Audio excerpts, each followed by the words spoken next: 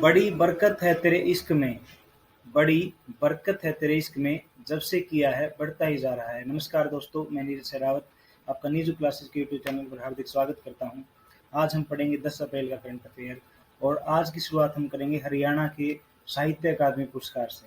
हरियाणा में कल काफ़ी सारे साहित्य अकादमी पुरस्कार की घोषणा की है, तो उसके बारे में हम डिस्कस करेंगे और इनसे बहुत इंपॉर्टेंट क्वेश्चन आते हैं पेपर में, तो आप मिस ना करें। कुछ एक 5-6 जो पुरस्कार मेन है वो मैं आज करवा रहा हूँ, कुछ कल की वीडियो में आपको करवा दिए जाएंगे। एकदम ज़्यादा हो जाएंगे तो याद करने में थोड़ी सी दिक्कत हो सकती है। तो हरियाणा सरकार अकादमी द्वारा 2021 के लिए विशेष साहित्य साधना सम्मान किसे दिया जाएगा?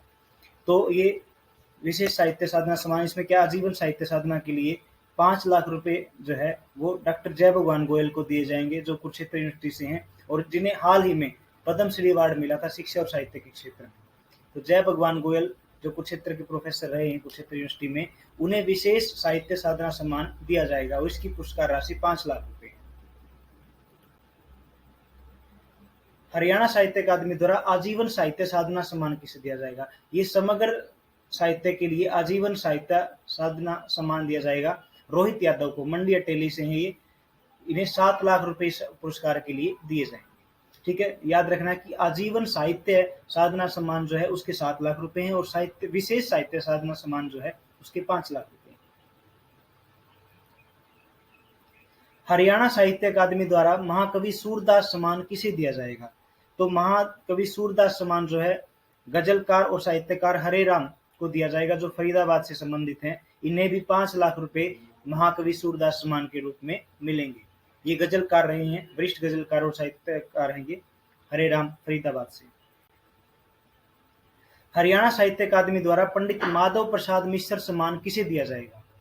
तो पंडित माधव प्रसाद मिश्र सम्मान जो है गीतकार डॉक्टर रमाकांत शर्मा को दिया जाएगा, जो भिवानी से हैं और इन्हें माधव प्रसाद मिश्र में के सम्मान में 2.5 लाख रुपए मिलेंगे। ठीक है, तो पंडित माधव प्रसाद मिश्र सम्मान गीतकार जो है डॉक्टर रमाकांत शर्मा भिवानी से, उन्हें दिया जाएगा। हरियाणा साहित्य अकादमी द्वारा बाबू बाल मुकुंद गुप्त सम्मान किसे दिया जाएगा? तो बाबू बाल मुकुंद गुप्त सम्मान जो है डॉक्टर प्रदुमन भल्ला को दिया जाएगा, जो कैथल से संबंधित हैं। बाबू बाल मुकुंद गुप्त सम्मान। ठीक है, हरियाणा साहित्य अकादमी द्वारा देश बंधु गुप्त सम्मान किसे दिया जाएगा? ये साहित्यिक पत्रकारिता के लिए दिया जाता है। ठीक है, साहित्य में जो पत्रकारिता होती है उसके लिए दिया जाता है देश बंधु गुप्त सम्मान। ये रघुविंदर यादव जो है नारनौल से संबंधित हैं, उन्हें दिया जाएगा। ये कवि एवं संपादक हैं रघुविंदर यादव नारनौल से, उन्हें देश बंधु गुप्त सम्मान दिया जाएगा। हरियाणवी भाषा में उत्कृष्ट योगदान के लिए, हरियाणवी भाषा में हरियाणवी साहित्य में उत्कृष्ट योगदान के लिए पंडित लक्ष्मीचंद सम्मान दिया जाएगा।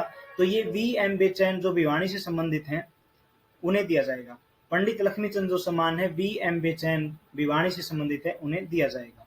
ठीक है, तो आज की वीडियो मैंने 5-6 जो मेन पुरस्कार थे वो डिस्कस किए हैं। कुछ 5-6 पुरस्कार और हैं, वो कल हम अगली वीडियो में डिस्कस करेंगे, ताकि आपको याद करने में दिक्कत ना हो। और इम्पोर्टेंट है, इनको एक बार फिर से आप याद कर लें, नोट कर लें, 1-2 बार पढ़ोगे तो आपको याद हो जाएगा। हरियाणा सरकार ने श्रमिकों की दिहाड़ी में कितनी बढ़ोतरी की है? तो हरियाणा सरकार ने जो श्रमिकों की दिहाड़ी है उसमें 3.89% की बढ़ोतरी की है। इसमें लगभग 295 से कम बढ़ेंगे और ज्यादा से ज्यादा 385 रुपए बढ़ेंगे। ठीक है, तो 3.89% जो है श्रमिकों की दिहाड़ी में बढ़ोतरी की है। वो अलग अलग कैटेगरी में है, अर्धकुशल, कुशल, अकुशल, इसमें अलग अलग तरीके से बढ़ोतरी की गई। तो टोटल जो महंगाई को देखते हुए 3.89% जो है बढ़ोतरी की गई। स्क्वैश खिलाड़ी दीपिका पल्लिकल ने हाल ही में कौन से पदक जीते हैं? ग्लासगो में टूर्नामेंट थी, वहां पे स्क्वैश खिलाड़ी दीपिका पल्लिकल ने महिला डबल्स में और मिक्स डबल्स में गोल्ड मेडल जीता। नहीं, 2 गोल्ड मेडल जीते हैं, महिला डबल्स में भी और मिक्स डबल्स में भी। और खास बात यह है कि इन्होंने अभी 6 महीने पहले जुड़वा बच्चों को जन्म दिया था, उसके बाद से उठ के इन्होंने तैयारी करी और गोल्ड मेडल जीता है। ये बहुत बड़े सम्मान की बात है, खासकर महिलाओं के लिए, कि इतना 2 जुड़वा बच्चों को जन्म देने के 6 महीने के बाद ही इतना अच्छा काम इन्होंने किया है कि 2 गोल्ड मेडल भारत के लिए जीते हैं। किस राज्य ने पायलट प्रोजेक्ट के रूप में वन हेल्थ फ्रेमवर्क शुरू किया है? तो वन हेल्थ जो फ्रेमवर्क शुरू किया है वो उत्तराखंड सरकार ने किया है। उत्तराखंड में अभी सरकार दोबारा से चुनी गई थी। उत्तराखंड के जो सीएम है वो पुष्कर सिंह धामी है। पीछे भी वो इलेक्शन से कुछ टाइम पहले बनाए गए थे और ये अब भी उन्हें ही दोबारा से मुख्यमंत्री की कमान जो है वो दी गई।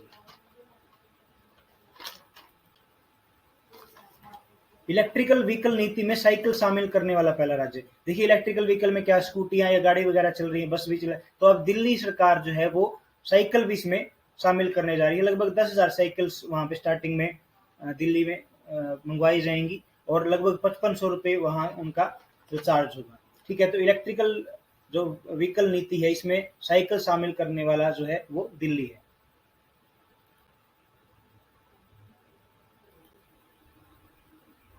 देश का सबसे ऊंचा मेडिकल टावर कहां बनाया जाएगा? तो देश का सबसे ऊंचा मेडिकल टावर जयपुर में बनाया जाएगा और ये 24 मंजिला होगा और इसकी ऊपर वाली मंजिल पे हेलीपैड भी बनाया जाएगा। तो सबसे ऊंचा मेडिकल टावर जो है वो जयपुर में बनाया जाएगा। थल सेना के नए प्रमुख किन्हें नियुक्त किया गया है? मनोज मुकुंद नरवाणे अभी रिटायर होने वाले हैं, तो उनकी जगह पे जनरल मनोज पांडे जो उपाध्यक्ष हैं उनको ही थल सेना का नया प्रमुख नियुक्त किया गया है। पहले थे मनोज मुकुंद नरवाणे और अब हैं मनोज पांडे। ठीक है, याद रखने में ज्यादा दिक्कत नहीं होगी।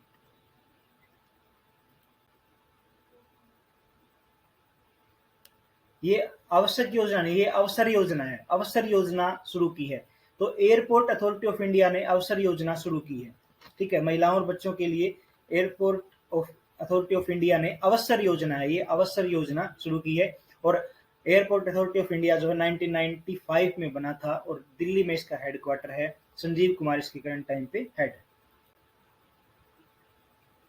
हाल ही में चर्चित ब्लू नाइल नदी का उद्गम कहां से होता है? ये चर्चा में इसलिए है क्योंकि इसमें सूडान में जाके कुछ हादसा हो गया जिसमें 23 लोगों की मौत हो गई, तो ये इथियोपिया से उसका उद्गम होता है। तो हाल ही में जो चर्चित ब्लू नाइल नदी है उसका उद्गम जो है वो इथियोपिया से होता है।